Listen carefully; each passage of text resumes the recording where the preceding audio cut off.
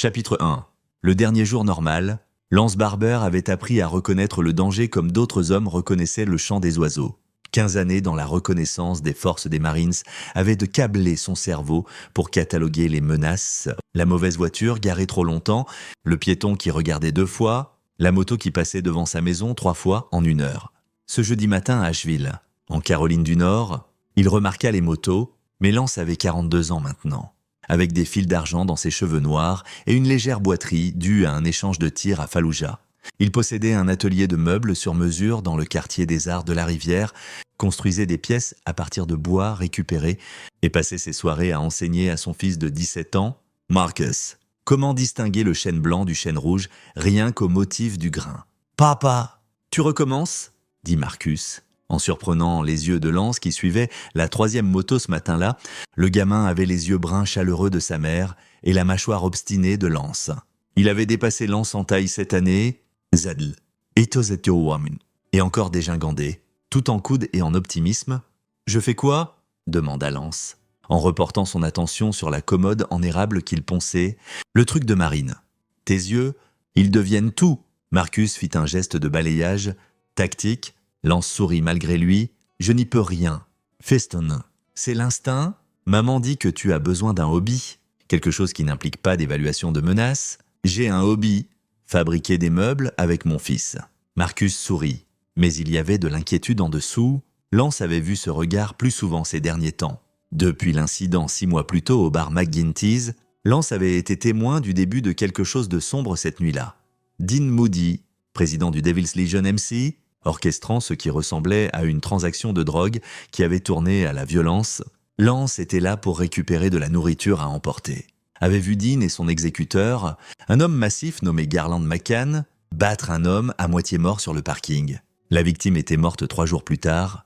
Quand le FBI était venu poser des questions, Lance avait fait un choix. Il avait témoigné devant un grand jury et son témoignage, combiné à d'autres preuves, avait suffi à inculper 5 membres du Devil's Legion MC pour racket. Le procès était fixé à 3 mois de là. Sa femme Olivia, infirmière en traumatologie à l'hôpital Mission, l'avait supplié de ne pas témoigner. « Nous devons penser à Marcus », avait-elle dit, les mains tremblantes. Ces gens ne pardonnent pas. Mais Lance avait regardé son fils et pensé au genre d'homme qu'il voulait que Marcus devienne. « Si je me tais, je lui apprends que le mal gagne quand les bons hommes ne font rien. » Il lui avait dit « Je ne ferai pas ça. » Le FBI avait proposé une protection des témoins. Lance avait refusé. Il avait d'autres plans. « Ta mère travaille tard ce soir ?» demanda Lance à Marcus, en changeant de sujet. « Ouais, double shift. Elle a dit qu'on se débrouille seul pour le dîner. Chinois, toujours. » Ils travaillèrent dans un silence confortable jusqu'à ce que le téléphone de Marcus vibre. « C'est Jake ? On va à la salle d'escalade. Je serai de retour à 8 heures. » Lance étudia le visage de son fils, le mémorisant sans savoir pourquoi. L'univers envoyait parfois des avertissements déguisés en instinct. « Sois prudent. Envoie-moi un message quand tu arrives. Papa. » J'ai 17 ans. Fais plaisir à ton père paranoïaque. Marcus leva les yeux au ciel mais sourit. « Je t'aime. Vieux, je t'aime aussi. Feston. » Lance regarda Marcus partir. Le soleil de l'après-midi illuminant les cheveux au burn de son fils. Les cheveux d'Olivia. Après que le camion de Marcus eut disparu au bout de la rue, Lance sortit son téléphone et composa un numéro qu'il n'avait pas appelé depuis 5 ans. « Broccoli à l'appareil ?» La voix était exactement comme Lance s'en souvenait. Calme, précise, mortellement compétente. C'est Lance. Une pause. « Pale Horse. Je ne pensais pas t'entendre à nouveau. Tu te souviens de cette faveur que tu me dois ? Mo Soul. 2009. Le toit. Ouais. Je me souviens. Brock avait été l'observateur de Lance pendant 3 ans. L'homme qui calculait la vitesse du vent et l'humidité pendant que Lance pressait la détente à 914 mètres de distance. De quoi as-tu besoin ? J'ai besoin de toi en stand-by. Je pourrais avoir besoin de l'ancienne équipe. Tous. Jésus. Lance. Qu'est-ce qui se passe ? Assurance. Je t'expliquerai si je dois activer. Peux-tu contacter Freeman Elliott, Teron Klein et Archie Bowman ? Je peux les trouver ? Ils viendront si tu demandes. Bien. Reste prêt. Lance mit fin à l'appel et retourna à son atelier.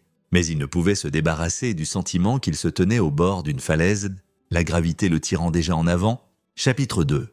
La vidéo. L'appel arriva à 21h47. Lance finissait un bourbon dans son salon quand son téléphone s'illumina avec le nom d'Olivia. Il répondit à la première sonnerie. déjà debout, déjà en mouvement vers la porte parce que son premier son n'était pas un mot, c'était un cri. « Olivia, Olivia !» Halètement, sanglots étouffés. Puis sa voix brisée. « Marcus, Lance, ils ont envoyé... Oh mon Dieu, oh mon Dieu, oh mon Dieu !» Il était dans son camion avant qu'elle finisse la phrase. Téléphone sur haut-parleur, enfreignant toutes les règles de circulation entre leur maison et l'hôpital Mission. « J'arrive. Où es-tu ? Salle de pause. Je ne peux pas. Lance. La vidéo. Quelle vidéo ? Olivia, parle-moi. » Mais elle s'effondra en sanglots incohérents. En fond, Lance entendit d'autres voix, les collègues d'Olivia essayant d'aider. L'un d'eux, une voix masculine, prit le téléphone. « Monsieur, c'est le docteur Ramirez. Votre femme a reçu un message vidéo. C'est « Vous devez venir ici. » Maintenant, Lance fit le trajet de 15 minutes. En 8 minutes, il trouva Olivia dans une salle de pause, recroquevillée sur un canapé, tremblant si violemment que 2 infirmières étaient enroulées autour d'elle. Son téléphone était posé sur la table, écran noir mais maléfique, comme une grenade armée, vivante. Lance s'agenouilla devant elle, prenant ses mains gelées, ses yeux étaient vides. Voyant quelque chose qu'il ne pouvait pas encore voir, « Liv, regarde-moi !» Elle se concentra sur lui lentement, puis agrippa sa chemise avec une force désespérée. « Ils l'ont tué. Lance, ils ont tué notre bébé. Ils l'ont filmé. Ils l'ont envoyé à moi. Le temps s'arrêta, la pièce se contracta, la vision de Lance se rétrécit à un point, et à travers ce point, il vit le téléphone de sa femme sur la table. « Non !» murmura Olivia. « Ne la regarde pas, s'il te plaît. Ne la regarde pas. » Mais Lance tendait déjà la main vers le téléphone d'une main qui ne tremblait pas. Guidé par le détachement opérationnel froid qu'il avait gardé en vie à travers 73 tués confirmés dans 2 guerres, il était à nouveau Pale Horse. Et Pale Horse ne craquait pas. Il appuya sur play. La vidéo durait 47 secondes. Elle montrait Marcus, ligoté et terrifié, traîné derrière une moto sur une route déserte. La caméra était montée sur une autre moto. Capturant tout, Lance regarda le visage de son fils, son beau-fils optimiste, se tordre de terreur et d'agonie. Il vit passer le marqueur de 4, et au 6 km. Il vit la moto s'arrêter. Il vit le visage de Dean Moody apparaître à l'écran, souriant sous sa barbe hirsute. Puis la vidéo coupa au noir, et un texte apparut. « Votre mari a témoigné contre le mauvais club. Devil's Legion vous envoie ses salutations. » Lance posa le téléphone doucement. Il se leva, il marcha jusqu'à la fenêtre et regarda le parking. La nuit ordinaire, le monde qui venait de finir et de recommencer simultanément. Derrière lui, Olivia hurlait à nouveau, et les infirmières appelaient des sédatifs. Lance sortit son téléphone et composa « Brock, ça arrive, rassemble l'équipe. On va à la chasse. Qu'est-ce qui s'est passé? Ils ont mordu à l'hameçon ?» La voix de Lance était arctique, mécanique. 14 membres du club, 14 jours, 14 funérailles. Jésus, Lance, je suis désolé. Je suis tellement désolé. Putain, ne sois pas désolé. Sois prêt. Je t'enverrai les coordonnées demain. Il raccrocha et fit 2 autres appels. Un à Freeman Elliott, un à Teron Klein. Les 2 répondirent immédiatement. Les 2 demandèrent ce dont Lance avait besoin. Les 2 acceptèrent sans hésitation quand il expliqua. Puis, Lance revint auprès de sa femme. Olivia avait été sédatée. Elle gisait sur le lit d'hôpital, le visage détendu, des larmes coulant encore sur ses joues, même dans un sommeil forcé. Lance prit sa main et s'assit à côté d'elle. « Je suis désolé, » murmura-t-il. « Je suis tellement désolé. Liv, mais j'ai besoin que tu comprennes quelque chose. » Il se pencha près, parlant à son esprit inconscient. C'était toujours le plan. J'ai témoigné parce que je savais qu'il viendrait. Je savais qu'il me montrerait qui ils étaient vraiment. Et maintenant, ils l'ont fait. Il embrassa son front. Je serai parti 2 semaines. Quand je reviendrai, ils seront tous morts. C'est une promesse. Lance quitta l'hôpital à minuit. Il ne rentra pas chez lui. Au lieu de cela, il se rendit à une unité de stockage à West Asheville. Une qu'Olivia ne connaissait pas. Et l'ouvrit avec une clé qu'il portait depuis 6 mois. À l'intérieur se trouvait son passé. Arms, équipement, matériel de surveillance. Dossier sur chaque membre du Devil's Legion MC. 14 dossiers Manil, chacun contenant des photographies. Addresses, habitudes, vulnérabilité. Il avait construit cet arsenal depuis le jour où il avait accepté de témoigner. Lance savait qu'il viendrait pour lui ou sa famille. Il s'était préparé, il avait espéré se tromper, mais il s'était aussi assuré que s'il venait, il serait prêt à brûler leur monde entier. Il prit les dossiers et chargea tout dans son camion. À 2 heures du matin, Il était dans une cabane dans la forêt nationale de Pisgah, une propriété appartenant à Freeman Elliott, qui n'apparaissait dans aucun registre officiel. L'équipe arriverait demain. Lance s'assit sur le porche, la photo préférée de Marcus dans la main, le gamin souriant sur un sommet de montagne qu'ils avaient gravi l'été dernier, et se permit de le sentir. Le chagrin vint comme un raz-de-marée, écrasant et absolu. Lance se plia en deux, un son s'arrachant de sa gorge qu'il ne reconnaissait pas. Il pleura pendant 10 minutes, violemment, complètement, puis il s'arrêta, il sécha ses yeux, mit la photo dans sa poche et redevint Pale Horse. Demain, la chasse commencerait. Chapitre 3. L'équipe. Ils arrivèrent à l'aube, 4 hommes qui semblaient venir de mondes différents, mais qui se déplaçaient avec la même grâce mortelle.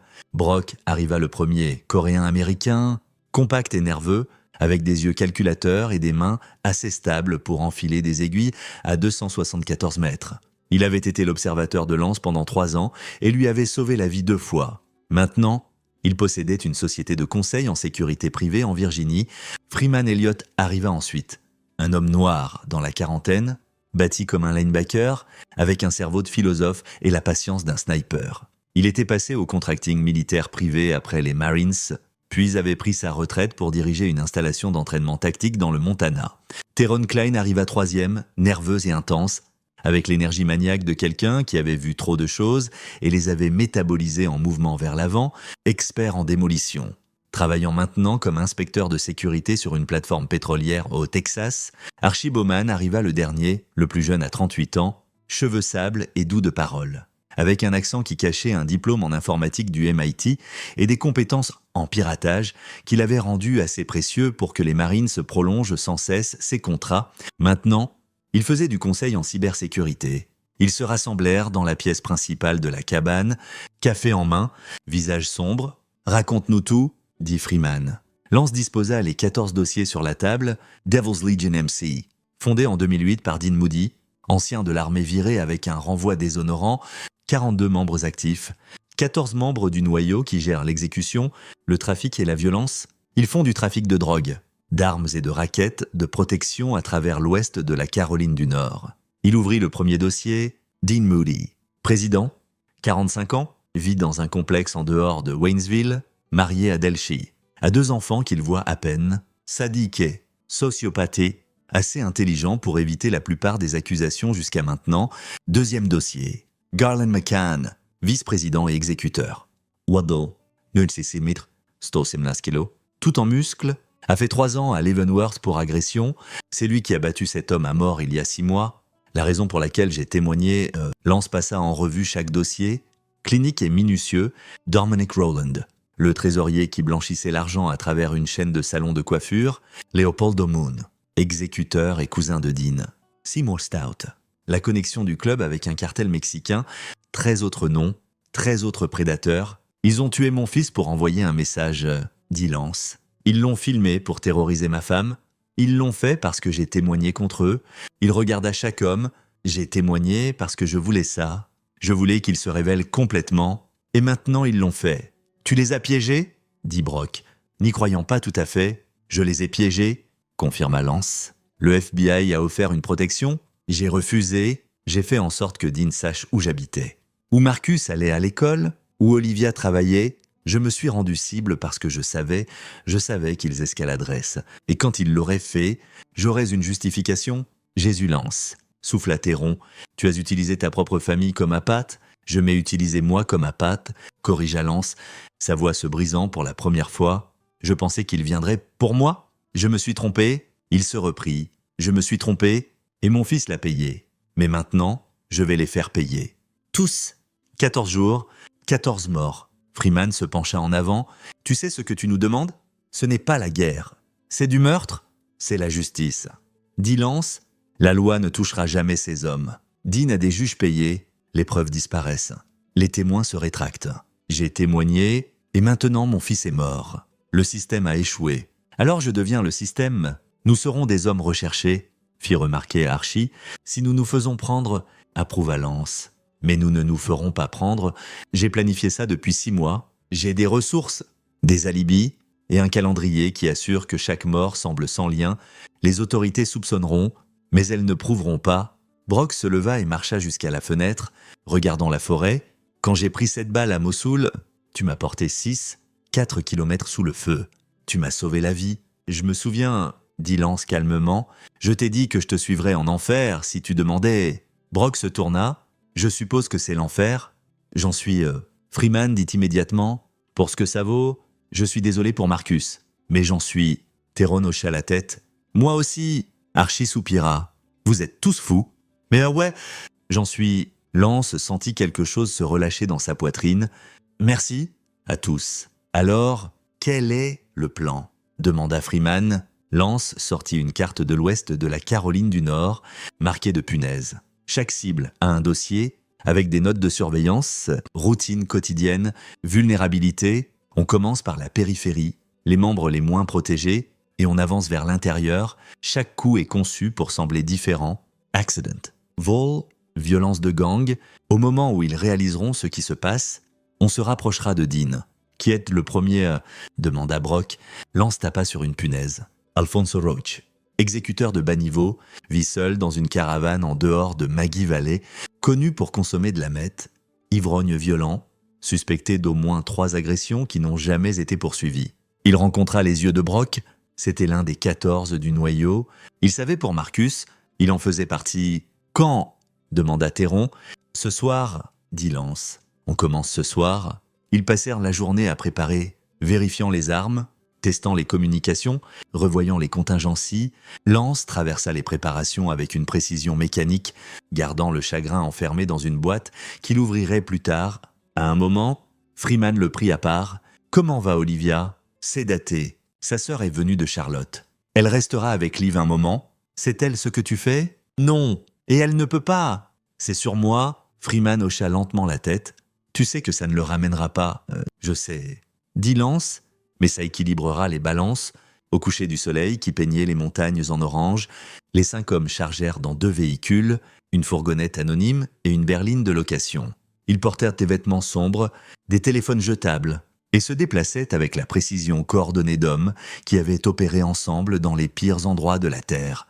Lance s'assit sur le siège passager de la fourgonnette, la photo de Marcus dans sa poche, et sentit la clarté froide du but se poser sur lui comme une armure. La chasse avait commencé, chapitre 4. Premier sang, la caravane d'Alfonso Roach était au bout d'une route de terre, entourée de pins broussailleux et de pièces de voitures rouillées. Une seule lumière brillait à la fenêtre à 23 heures. Lance et Brock regardaient depuis la lisière des arbres, des lunettes de vision nocturne transformant le monde en vert. Freeman, Tyrone et Archie étaient de positionnés à des points d'accès alternatifs. Il est seul, la voix d'Archie crépita dans l'oreillette. Le thermique montre une signature thermique. Assis sur le canapé, la TV est allumée. Sécurité, demanda Lance. 2 caméras, toutes pointées sur la porte d'entrée. Je boucle la vidéo maintenant. Vous aurez une fenêtre de 30 secondes quand je dirai go. Lance et Brock se déplacèrent à travers la forêt comme des ombres sakarum. Des décennies d'entraînement les rendant invisibles, ils atteignirent l'arrière de la caravane, où une petite fenêtre était légèrement ouverte. « Go !» dit Archie. Lance glissa une caméra à fibre optique par l'ouverture. L'écran montrait Alfonso sur un canapé taché, bière en main, regardant un film d'action, 41 ans, chauve. Avec des tatouages de prison couvrant ses bras, Lance avait passé des heures à revoir tout sur Alfonso. 3 arrestations pour violence domestique. 2 accusations d'agression, une accusation de viol qui avait disparu quand la victime s'était soudain rétractée. Un homme qui aimait faire mal aux gens plus petits que lui. Il est défoncé, murmura Brock, notant les pupilles dilatées d'Alfonso et sa mâchoire relâchée. Bien, dit Lance. Ils attendirent 20 minutes de plus, regardant Alfonso boire jusqu'à un état proche de la stupidité. À 23h47, sa tête retomba en arrière. À 23h52, il ronflait. Lance crocheta la serrure de la porte arrière en 15 secondes. Ils entrèrent en silence absolu, armes prêtes. Traversant la cuisine sale vers le salon, la TV fournissait un bruit de couverture. Alfonso ronflait, inconscient. Lance se tint au-dessus de lui, regardant l'homme qui avait participé au meurtre de son fils. La rage était une chose vivante dans sa poitrine. Mais il la gardait en laisse. Cela devait être précis. « Alfonso » dit Lance calmement. L'homme sursauta. « Yeux fou !» tendant la main vers quelque chose. Un pistolet coincé à côté du canapé. La main de Brock jaillit. attrapant le poignet d'Alfonso avec une force écrasante. « Ne fais pas ça !» dit Brock. Alfonso les fixa, la reconnaissance se dessinant. « Tu es ce type des meubles. »« Baba, putain. »« Tu es... Mon nom est Lance Barber, » dit Lance, sa voix absolument stable. « Il y a 17 ans, j'ai eu un fils nommé Marcus. Ce matin, ton président de club Dean Moody l'a fait traîner à mort derrière une moto. Le visage d'Alfonso blanchi. Je n'étais pas là, mais c'était Dean et Garland. Et tu es un membre du noyau du club? Tu savais? Tu as approuvé? Tu es complice? Écoute, on peut faire un deal. » Lance bougea plus vite qu'un homme de son âge ne devrait, sa main se refermant autour de la gorge d'Alfonso. « Il n'y a pas de deal. Il n'y a que ça. Tu vas mourir ce soir, mais d'abord, tu vas me dire tout sur les opérations de ton club. » Où Dean se cache? Qui d'autre était impliqué? Tout! Les yeux d'Alfonso s'exorbitèrent. Je ne peux pas. Ils me tueront. Je vais te tuer, dit Lance, relâchant assez de pression pour qu'Alfonso respire. La question est si c'est rapide ou lent. Pendant l'heure suivante, Alfonso parla. Il leur parla du complexe où Dean se cachait, des emplacements des 14 membres du noyau, des envois et horaires et faiblesses. Archie enregistra tout, croisant avec les dossiers qu'ils avaient déjà. Quand Alfonso n'eut plus rien à donner, Lance se leva. Une dernière question. « Étais-tu là quand ils l'ont planifié? Quand ils ont décidé de tuer mon fils ?» Alfonso hésita, puis hocha la tête. « Ouais, mais j'ai voté contre eux. » Je jure, Lance ne le crut pas, mais ça n'importait plus. « Fais-le vite !» murmura Alfonso. « S'il te plaît !» Lance considéra la miséricorde, puis il se rappela la vidéo, le visage de Marcus, les cris d'Olivia. « Non !» dit-il. Ce qui se passa ensuite prit 7 minutes. Quand ce fut fini, la mort d'Alfonso Roach serait jugée comme une overdose accidentelle, meth contaminé, pas inhabituel pour un homme avec ses habitudes. Le médecin légiste trouverait des niveaux létaux de fentanyl dans son système. Et aucune preuve de jeu déloyal, l'équipe ne laissa aucune trace. À 2 heures du matin, ils étaient de retour à la cabane, nettoyant méthodiquement leur équipement. « Un de moins, » dit Freeman calmement. « 13 à faire. » Lance s'assit sur le porche, fixant les étoiles, et ne ressentit rien, pas de satisfaction, pas de soulagement, juste un vide où son âme se trouvait autrefois. Marcus était toujours mort. La mort d'Alfonso Roach n'avait pas changé ça, mais il y avait 13 autres noms sur la liste. Et Lance les traiterait tous avec la même précision froide. Il sortit son téléphone et envoya un message à Olivia. « Je t'aime, je vais arranger ça. Fais-moi confiance ?» Elle ne répondit pas. Elle ne le ferait probablement pas pendant des jours. Lance rangea le téléphone et rentra pour planifier le prochain meurtre. Chapitre 5. Accélération. Les jours 2 à 7 se déroulèrent avec une efficacité brutale. Jour 2, Augustine Keith, un exécuteur du club qui gérait un atelier de découpage, mourut dans un incendie de garage que les enquêteurs jugèrent accidentel, réservoir de propane défectueux. En réalité, Tyrone avait placé des explosifs précisément calibrés qui consumèrent toutes les preuves. Jour 3, Dennis Allison, qui gérait le trafic d'armes du club, fut trouvé abattu dans son camion sur une route secondaire. La scène suggérait un vol qui avait mal tourné. La réalité était le fusil de Freeman à 732 mètres. Jour 4, Michael Kent, coordinateur logistique, disparu. Son corps remonterait dans la rivière French Broad 3 jours plus tard. Gonflé et ravagé par le courant, Archie avait veillé à ce que toutes les vidéos de sécurité de la zone soient mystérieusement corrompues. Jour 5. Mickey George, un membre à part entière qui servait de garde du corps personnel à Dean quand Garland n'était pas disponible. Mourut d'une overdose d'héroïne, ironique pour un dealer. Lance l'avait regardé mourir, n'offrant aucun réconfort. Jour 6. Jared Bruce, qui gérait le réseau de raquettes de protection du club, fut tué dans une invasion de domicile. Rien ne fut volé. Des témoins rapportèrent avoir vu 2 figures vêtues de noir mais ne purent les identifier. Freeman et Tyrone avaient porté des masques, des gants en latex et n'avaient absolument rien laissé derrière. Jour 7. Lucien Chung, le trésorier du club après Dominique, eut un accident de voiture fatal sur une route de montagne. Ses freins lâchèrent exactement au mauvais moment. L'œuvre de Tyrone. À la fin de la première semaine, 7 des 14 membres du noyau du Devil's Legion étaient de mort. Et les forces de l'ordre se noyaient dans des morts apparemment sans lien. La police locale soupçonnait quelque chose, mais sans preuve physique liant les morts. Il n'avait rien de concret. Le FBI, cependant, commençait à relier les points. On a un problème, dit Archie au jour 8. Son ordinateur portable, affichant des communications interceptées, le bureau sait que ces morts sont liées, ils forment une task force, et, il hésita, ils ont ton nom sur une liste de personnes d'intérêt, Lance s'y attendait. Ont-ils des preuves? Non. Juste des soupçons. Ton fils a été tué par le club?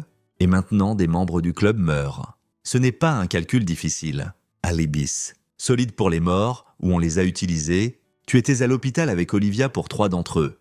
À la maison pour 2 autres, avec des voisins qui t'ont vu. Et à ton atelier pour les 2 derniers. Mais ils savent que je suis impliqué d'une façon ou d'une autre. Termina Lance. Peu importe, au moment où ils monteront un dossier, ce sera fini. Freeman entre, secouant la tête. Dean est parti se terrer. Le complexe est vide. Notre source à l'intérieur du club dit qu'il est paranoïaque. Convaincu que quelqu'un les chasse. Il a raison d'être paranoïaque, dit Brock. Qui est la source?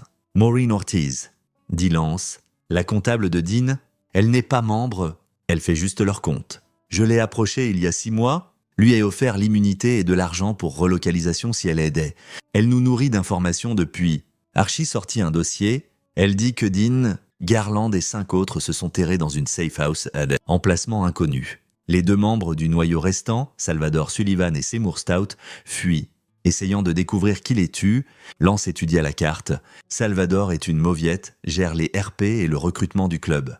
Seymour est dangereux. Connexion au cartel. Intelligent. Impitoyable. On prend Salvador, on le fait parler de où est Dean, et s'il ne sait pas, demanda Théron. Alors on passe à Seymour. Cette nuit-là, ils trouvèrent Salvador dans un motel en dehors d'Asheville. Se cachant sous un faux nom, l'homme s'effondra au moment où Lance entra dans sa chambre. « Je n'ai pas tué ton fils », cinglota Salvador. « Dos au mur. Je n'étais même pas là. Je ne suis pas un exécuteur. Je gère juste la paperasse et... »« Où est Dean ?» demanda Lance. « Je ne sais pas. Il ne me l'a pas dit. Il a seulement pris Garland et les gars en qui il a confiance. »« Alors tu es inutile, » dit Lance froidement. « Attends. Je sais qui c'est. Lee Hansen, la petite amie secondaire de Dean. Il lui dit tout. Elle sait où il est. » Lance jeta un regard à Brock, qui hocha la tête.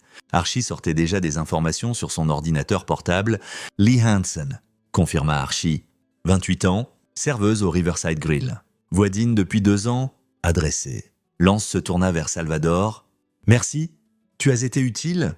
Alors tu me laisses partir. » Lance réfléchit. Salvador Sullivan n'était pas à l'exécution de Marcus. Il avait probablement voté contre eux. C'était un lâche, pas un tueur. Mais il était resté dans le club. Avait pris leur argent, avait permis leur violence par son travail administratif. « Non, » dit Lance. « Je ne te laisserai pas partir. » La mort de Salvador fut jugée comme un suicide. Un homme sous pression des autorités, rongé par la culpabilité, s'était pendu dans sa chambre de motel. La note est expertement forgée par Archie. Mentionnait même son organisation criminelle. 8 de moins, 6 affaires. Chapitre 6.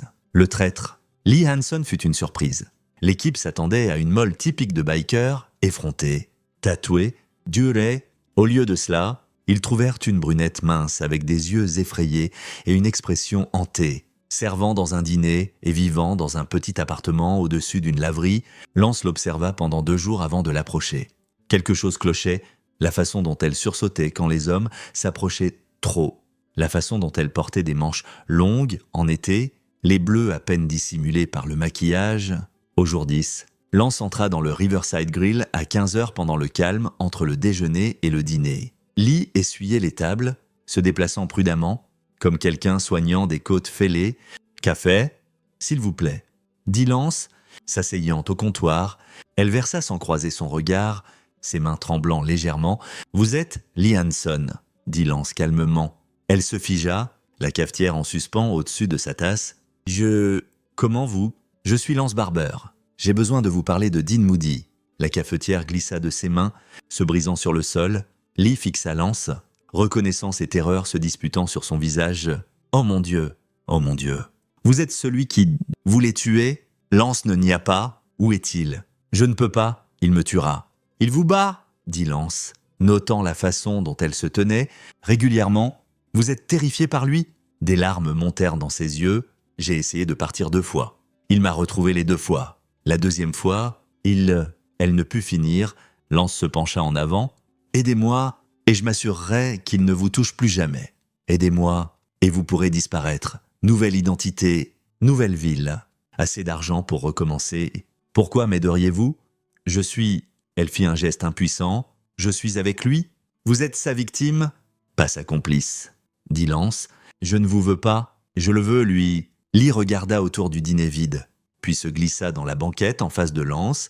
Il y a un pavillon de chasse près de la vallée de Catalouché. Le grand-père de Dean l'a construit dans les années 70. C'est isolé, pas de route menant directement. Il faut y aller à pied. Dean, Garland et 4 autres y sont. Dominic Rowland, Leopoldo Moon, Seymour Stout et Antoine Lloyd. Lance sortit son téléphone et lui montra une carte. « Montrez-moi exactement. » Elle le fit, main tremblante, marquant l'emplacement avec précision. Ils ont des armes, beaucoup, et ils s'attendent à des ennuis maintenant. Ils savent que quelqu'un les chasse. À quelle vitesse pouvez-vous faire un sac et être prête à partir? Aïe! Ce soir, Medine m'appelle tous les soirs à 9h.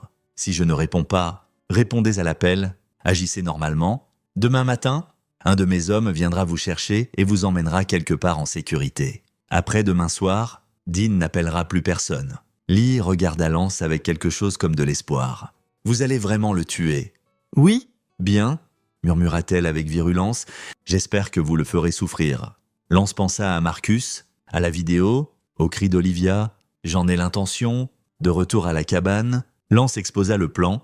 Le pavillon de chasse était une forteresse, un point d'accès, position élevée, ligne de vue claire sur 800 mètres dans toutes les directions. « Une assaut directe est un suicide, » dit Freeman. Étudiant le terrain, ils nous verront venir, pas si on vient de nuit, contre Carabroca, à travers les bois, sans lumière, camouflage thermique. Toujours risqué. Dit Théron, 6 hommes, armés et paranoïaques, dans une position défendable. On a quelque chose qu'ils n'ont pas, dit Lance. On sait qu'ils sont là, et ils ne savent pas qu'on arrive. Archie sortit des images satellites thermiques. Je peux couper leur électricité et communication, les rendre aveugles, mais vous devrez quand même entrer. Lance hocha la tête. Ce n'est pas une question de sécurité, c'est une question de finir ça. Demain soir, on termine. L'équipe passa le jour 11 à préparer, cartographiant les routes d'approche. Stockant l'équipement, passant en revue les scénarios, Lance traversa tout avec une concentration mécanique, mais en dessous, quelque chose se construisait. Marcus aurait eu 17 ans et 4 mois demain. Cette nuit-là, Lance ne put dormir, il s'assit sur le porche, l'air froid de la montagne mordant sa peau, et se permit de se souvenir. Marcus a 5 ans, apprenant à faire du vélo. Marcus a 10 ans, attrapant son premier poisson. Marcus a 15 ans, Ernest est idéaliste. Parlant de changer le monde, « Je t'ai laissé tomber » murmura Lance à l'obscurité. « Je pensais te protéger en tenant tête à eux. Je me suis trompé. Je suis désolé. Je suis tellement désolé. Putain, mais désolé ne ramenait pas Marcus. Désolé n'atténuait pas le chagrin d'Olivia. Désolé n'était qu'un mot. La vengeance. Cependant, la vengeance était une action. La vengeance était la justice. Demain, Lance livrerait les deux. Chapitre 7. L'assaut. Le jour 12 se leva froid et clair. L'équipe se mit en position au crépuscule, randonnant 8 km à travers la wilderness de la vallée de Catalouchi, avec 32 kilos d'équipement chacun. Ils atteignirent la crête, surplombant le pavillon de chasse. À 22 heures, à travers les thermoscopes, ils comptèrent 6 signatures thermiques à l'intérieur. « Hachi, à toi ?» murmura Lance dans son micro. À 4, 8 km de là, dans une fourgonnette garée à un départ de sentier, Archie initia la séquence. D'abord, il coupa la ligne fixe, puis il brouilla les signaux cellulaires. Enfin, il déclencha une impulsion électromagnétique focalisée sur le générateur du pavillon. Les lumières s'éteignirent. À l'intérieur du pavillon, Lance savait. Dean et ses hommes cherchèrent des lampes de poche, vérifièrent les armes, scrutant une obscurité qui semblait soudain hostile. « Bougez !» commanda Lance. Ils descendirent la crête comme des spectres, Lance et Brock du nord. Freeman et Théron du sud. Chaque homme connaissait son rôle, affiné par des centaines d'opérations dans des endroits comme Fallujah, Helmand et Mogadiscio. À la périmètre du pavillon, Lance fit une pause.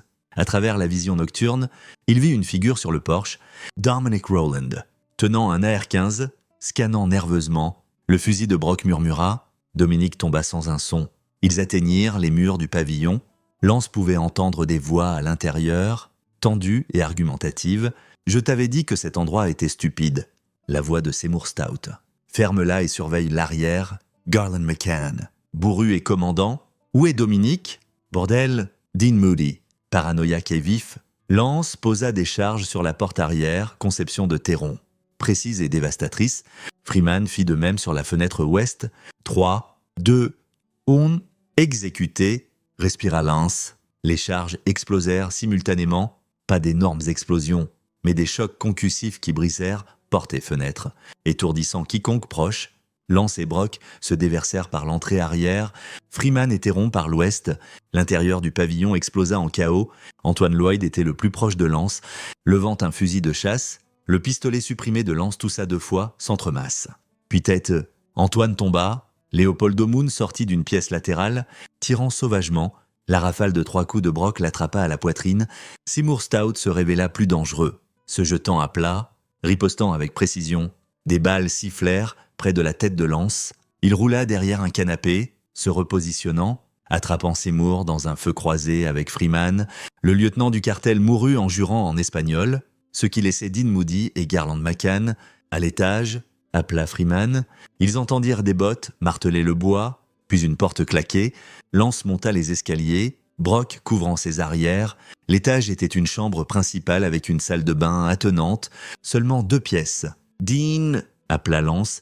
C'est fini? Source. Silence. Puis une voix étouffée mais venimeuse. Tu as tué mes hommes? Bob? Je tuerai ta femme ensuite? Une rage rouge inonda la vision de Lance. Il faillit charger la porte La main de Brock sur son épaule l'arrêta. Ne fais pas ça, murmura Brock. Reste tactique. Lance respira. Força la rage à descendre, redevint Pale Horse. Theron, dit-il dans son micro. Grenade flash. Ma position. Théron apparut avec une grenade, tira la goupille et la lança par-dessus l'épaule de Lance à travers la porte de la chambre. L'explosion concussive fut assourdissante même depuis le couloir. Lance et Brock prirent d'assaut la pièce. Garland McCann était au sol. Désorienté, du sang coulant de ses oreilles, Freeman l'attacha avec des colliers de serrage avant qu'il ne récupère. Dean Moody était dans la salle de bain, pistolet levé, mais ses mains tremblaient, son visage pâle. « Lâche-le », dit Lance, son pistolet centré sur la poitrine de Dean. Le pistolet de Dean cliqueta au sol, il s'affaissa contre le lavabo, essayant de rassembler du cran. « Lâche-le, le club est fini », dit Lance. La plupart de vos revenus venaient des 14 membres du noyau qu'on vient d'éliminer, sans leadership. Le reste se dispersera ou se fera arrêter. Tu as construit un empire criminel sur la peur et la violence. Je viens de prouver que les deux sont inutiles contre un homme qui n'a rien à perdre. La fausse confiance de Dean s'effondra. « Qu'est-ce que tu veux ? Je veux que tu saches, » dit Lance, sa voix douce et terrible, « que tout ce que tu valorisais, ton pouvoir, ton club, ton héritage meurt ce soir parce que tu as tué mon fils. » Il ne tira pas encore sur Dean. Au lieu de cela, il se tourna vers Garland McCann, maintenant conscient et fixant avec une haine défiante. « Tu as battu un homme à mort sur le parking de McGinty's, » dit Lance. « C'est pourquoi j'ai témoigné. C'est ce qui a commencé tout ça. » Il le méritait, cracha Garland. Il devait de l'argent. Et Marcus, est-ce qu'il méritait ce que vous lui avez fait? Garland ricana. Le gamin était un message. Rien de personnel. Lance lui tira dessus. Une seule balle, droit entre les yeux. Le ricanement de Garland se figea en mort. Dean hurla, reculant frénétiquement. « Jésus-Christ? Tu es fou? » ?»« Non, » dit Lance calmement. « Je suis un père. Et tu as fait l'erreur de penser que ce sont des choses différentes. » Chapitre 8. Confession, Lance traîna Dean en bas, mains attachées avec des colliers. Visage saignant de là où il avait heurté le sol. Freeman et Brock sécurisèrent le périmètre pendant que Théron rassemblait l'équipement.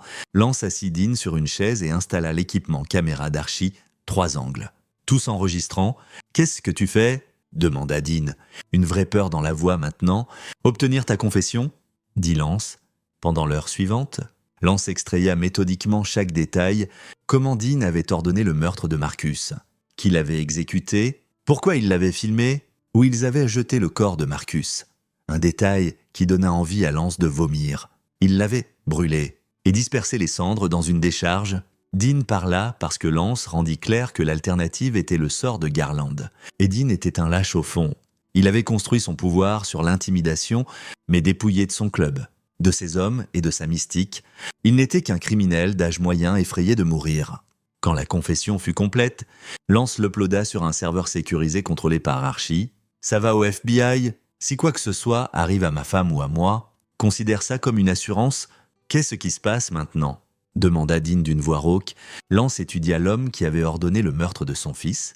Il pouvait tuer Dean facilement, un tir, problème résolu, mais la mort était trop simple. Trop propre. Maintenant, dit Lance, tu vas en prison ? Dean cligna des yeux. Confus. Quoi ? Ta confession nomme des dizaines de crimes, des dizaines de victimes. Le procès du FBI contre toi vient de devenir étanche. Tu seras condamné pour multiples chefs de raquettes. Meurtre, trafic. Vu ton dossier, tu regardes la vie sans libération conditionnelle dans un supermax fédéral. La compréhension se dessina sur le visage de Dean, suivi du désespoir. Non. Non, je préfère que tu me tues. Tu sais ce qu'ils font aux flics et aux balances en prison ? Ce qu'ils feront à quelqu'un comme moi ? Oui, dit Lance, je sais exactement ce qu'ils feront.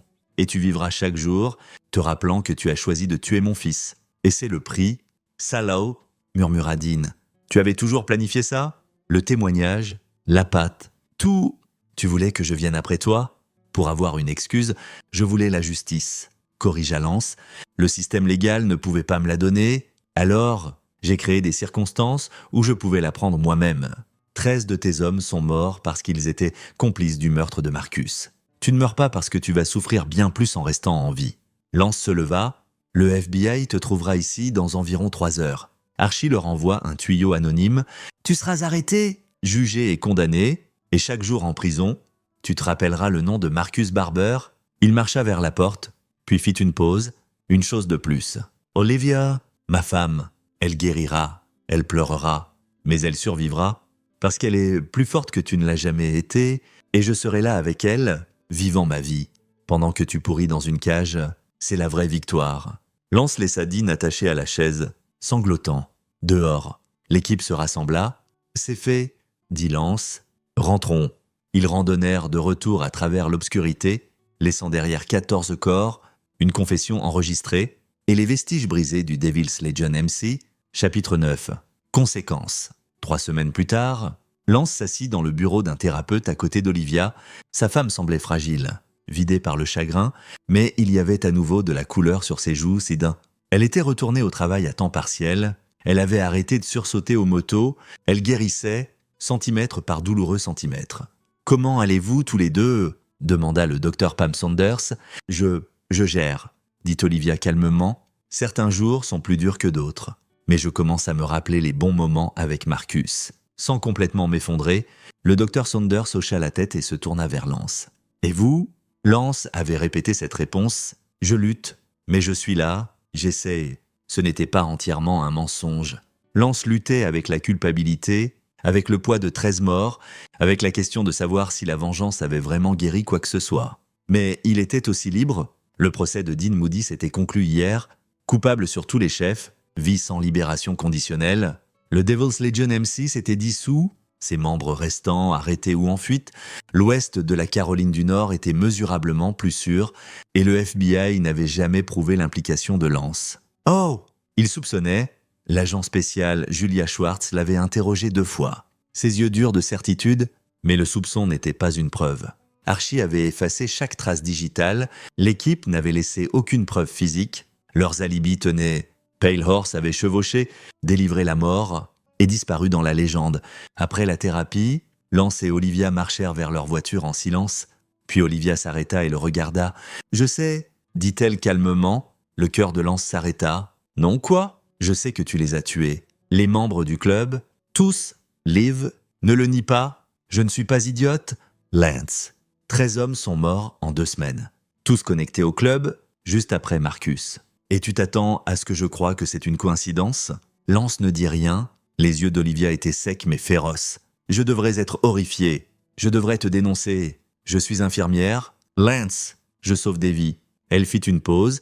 Mais quand je pense à ces hommes, à ce qu'ils ont fait à notre bébé, je ne peux pas trouver en moi de me soucier qu'il soit mort. Elle s'approcha. Je ne dis pas que j'approuve.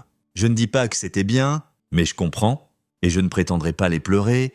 Lance la serra dans ses bras. Et pour la première fois en semaine, il sentit une fêlure dans la glace autour de son cœur. « Je t'aime » murmura-t-il, « et je suis désolé. Pour tout, je sais, » dit-elle, « je t'aime aussi. » Ils restèrent là dans le parking. 2 personnes brisées se tenant mutuellement ensemble, Et Lance réalisa quelque chose, la vengeance ne l'avait pas guéri.